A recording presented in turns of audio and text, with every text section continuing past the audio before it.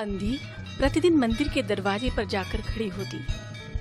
दर्शन करने वाले बाहर निकलते तो वह अपना हाथ फैला देती और नम्रता से कहती, बाबूजी, अंधी पर दया हो जाए।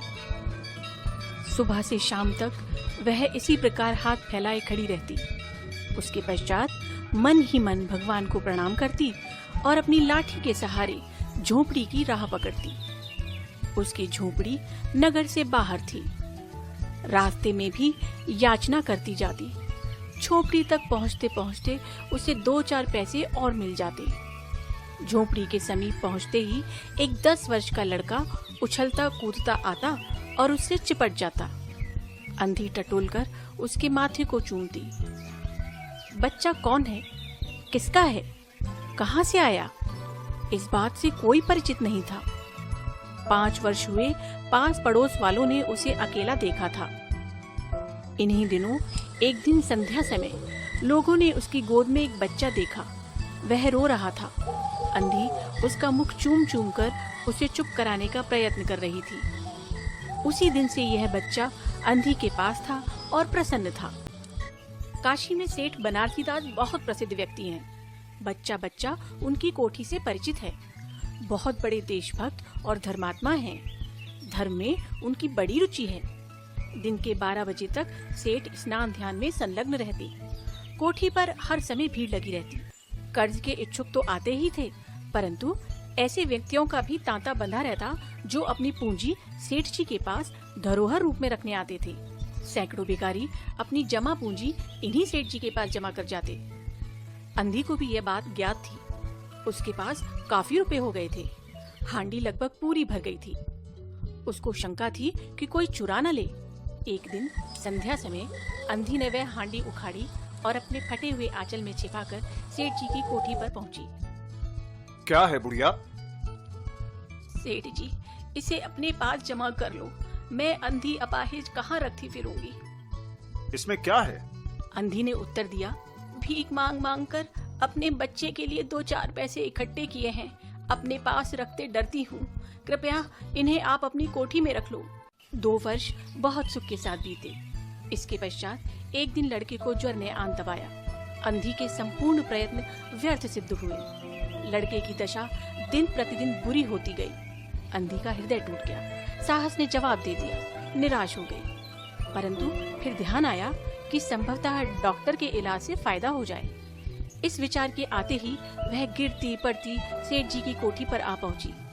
सेठ जी, मेरी जमा पूंजी में से 10-5 रुपए मुझे मिल जाएं तो बड़ी कृपा हो। मेरा बच्चा मर रहा है। डॉक्टर को दिखाऊंगी। कैसी जमा पूंजी? कैसे रुपए? मेरे पास किसी के रुपए जमा नहीं हैं। 2 वर्ष हुए मैं आपके पास धरोहर रख गई थी। दे दीजिए, बड़ी दया होगी। मुनीम जी, जरा देखना तो, इसके नाम की कोई पूंजी जमा है क्या? तेरा नाम क्या है री? नहीं तो, इस नाम पर तो 1 पाई भी जमा नहीं है। सेठ जी, परमात्मा के नाम पर, धर्म के नाम पर कुछ दे दीजिए। मेरा बच्चा जी जाएगा। मैं जीवन भर आपके गुण गाऊंगी, परंतु पत्थर में जोंक न लगे। जाती है या नौकर को बुलाऊं? अच्छा, भगवान तुम्हें बहुत दे। और अपनी झोपड़ी की ओर चल दी। यह आशीष न था, बल्कि एक दुखी का शाप था। बच्चे की दशा बिगड़ती गई। एक दिन उसकी अवस्था बड़ी चिंताजनक हो गई। प्राणों के लाले पड़ गए। उसके जीवन से अंधी भी निराश हो गई। सेठ जी पर रह रहकर उसे क्रोध आता था। इतना धनी व्यक्ति है, 2-4 रुपए दे देता तो क्या चला जाता। और फिर मैं उससे कुछ दान नहीं मांग रही थी, अपने ही रुपए मांगने गई थी। उसे सेठ जी से घृणा हो गई। बैठे बैठे उसको कुछ ध्यान आया। उसने बच्चे को अपनी गोद में उठा लिया और ठोकरें खाती गिरती पड़ती सेठ जी के पास पहुंची और उनके द्वार पर धरना देकर बैठ गई। बच्चे का शरीर ज्वर से भभक रहा था और अंधी का कलेजा भी। एक नौकर किसी काम से बाहर आया। अंधी को बैठा देखकर उसने सेठ जी को सूचना दी। सेठ जी ने आज्ञा दी कि उसे भगा दो। नौकर ने अंधी से चले जाने को कहा, किंतु वह उस स्थान से ना हिली। मारने का भय दिखाया, पर वह टस से मस न हुई। उसने फिर अंदर जाकर कहा कि वह नहीं टलती। सेठ जी स्वयं बाहर पधारे। देखते ही पहचान गए। बच्चे को देखकर उन्हें बहुत आश्चर्य हुआ कि उसकी शक्ल सूरत उनके मोहन से बहुत मिलती जुलती है। 7 वर्ष हुए तब मोहन किसी मेले में खो गया था। उसकी बहुत खोज की पर उसका कोई पता न मिला। उन्हें स्मरण हो आया कि मोहन की जांघ पर एक लाल रंग का चिन्ह था। इस विचार के आते ही उन्होंने अंधे की गोद के बच्चे की जांघ देखी। चिन्ह अवश्य था परंतु पहले से कुछ बड़ा। उनको विश्वास हो गया कि बच्चा उन्हीं का है। उन्होंने तुरंत उसको छीनकर अपने कलेजे से चिपटा लिया। शरीर जोर से तप रहा था। नौकर को डॉक्टर लाने के लिए भेजा और स्वयं मकान के अंदर चल दिए। मेरे बच्चे को ना ले जाओ, मेरे रुपए तो हजम कर गए, अब क्या मेरा बच्चा भी मुझसे छीनोगे? बच्चा मेरा है, यही एक बच्चा है। 7 वर्ष पूर्व कहीं खो गया था, अब मिला है, सो इसे कहीं नहीं जाने दूंगा और लाख यत्न करके भी इसके प्राण बचाऊंगा। तुम्हारा बच्चा है इसलिए लाख यत्न करके भी उसे बचाओगे। मेरा बच्चा होता तो उसे मर जाने देते। क्यों, यह भी कोई न्याय है? इतने दिनों तक खून पसीना एक करके उसको पाला है, मैं उसको अपने हाथ से नहीं जाने दूंगी। दूसरे दिन प्रातःकाल प्रभु की कृपा हुई या दवा ने जादू का सा प्रभाव दिखाया। मोहन का ज्वर उतर गया। होश आने पर उसने आंख खोली तो सर्वप्रथम शब्द उसकी जबान से निकला, माँ। चारों ओर अपरिचित शक्लें देखकर उसने अपने नेत्र फिर बंद कर लिए। उस समय से उसका ज्वर फिर अधिक होना आरंभ हो गया। माँ माँ की रट लगी हुई थी।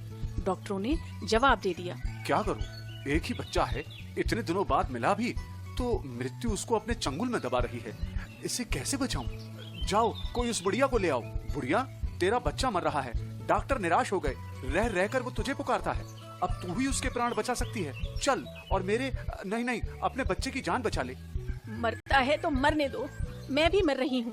हम दोनों स्वर्ग लोक में फिर माँ बेटे की तरह मिल जाएंगे। इस लोक में सुख नहीं है, वहाँ मेरा बच्चा सुख में रहेगा। मैं वहाँ उसकी सुचारू रूप से सेवा शुश्रूषा करूंगी। ममता की लाज रख लो, आखिर तुम भी उसकी माँ हो। चलो, तुम्हारे जाने से वो बच जाएगा। अच्छा चलो। सेठ जी सहारा देकर उसे बाहर लाए और फिटन पर बिठा दिया। फिटन घर की ओर दौड़ने लगी। उस समय सेठ जी और अंधी भिखारिन दोनों की एक ही दशा थी। दोनों की यही इच्छा थी कि शीघ्र से शीघ्र अपने बच्चे के पास पहुंच जाए। कोठी आ गई। सेठ जी ने सहारा देकर अंधी को उतारा और अंदर ले गए। भीतर जाकर अंधी ने मोहन के माथे पर हाथ फेरा। मोहन पहचान गया कि यह उसकी माँ का हाथ है। उसने तुरंत नेत्र खोल दिए और उसे अपने समीप खड़े हुए देखकर कहा, माँ तुम आ गई। अंधी भिखारिन मोहन के सिराने बैठ गई और उसने मोहन का सिर अपने गोद में रख लिया। उसको बहुत सुख अनुभव हुआ और वह उसकी गोद में तुरंत सो गया। दूसरे दिन से मोहन की दशा अच्छी होने लगी और 10-15 दिन में वह बिल्कुल स्वस्थ हो गया। जो काम हकीमों के जोशांदे, वैद्यों की पुड़िया और डॉक्टरों के मिक्सचर न कर सके, वह अंधी की स्नेहमयी सेवा ने पूरा कर दिया। मोहन के पूरी तरह स्वस्थ हो जाने पर अंधी ने विदा मांगी। सेठ जी ने बहुत कुछ कहा सुना कि वह उन्हीं के पास रह जाए, परंतु वह सहमत न हुई। विवश होकर विदा करना पड़ा। जब वह चलने लगी तो सेठ जी ने रुपयों की एक थैली उसके हाथ में दे दी। अंधी ने पूछा, इसमें क्या है? इसमें तुम्हारी धरोहर है, तुम्हारे रुपए, मेरा वो अपराध। यह रुपए तो मैंने तुम्हारे मोहन के लिए इकट्ठे किए थे, उसी को दे देना। अंधी ने थैली वहीं छोड़ दी और लाठी टेकती हुई चल दी। बाहर निकलकर फिर उसने उस घर की ओर नेत्र उठाए। उसके नेत्रों से अश्रु बह रहे थे, किंतु वह एक भिखारिन होते हुए भी सेठ से महान थी। इस समय सेठ याचक था और वह दाता थी। आपको ऐसे ही AI से बने हुए शानदार शॉर्ट्स और रील्स देखना पसंद है तो मेरे YouTube चैनल को सब्सक्राइब करें और Instagram पर फॉलो करना बिल्कुल ना भूलें। आपका एक सब्सक्राइब, हार्ट और फॉलो मुझे और भी बेहतरीन कंटेंट बनाने की प्रेरणा देता है।